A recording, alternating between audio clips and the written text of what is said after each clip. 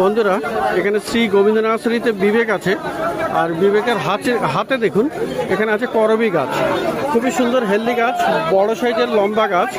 আর এটাকে আপনি প্রুনিং করে ঝাড়িও করে নিতে পারেন। এটা মানে কাটলে তো চারিদিক দিয়ে ব্রাঞ্চ বেরোবে, তাই না?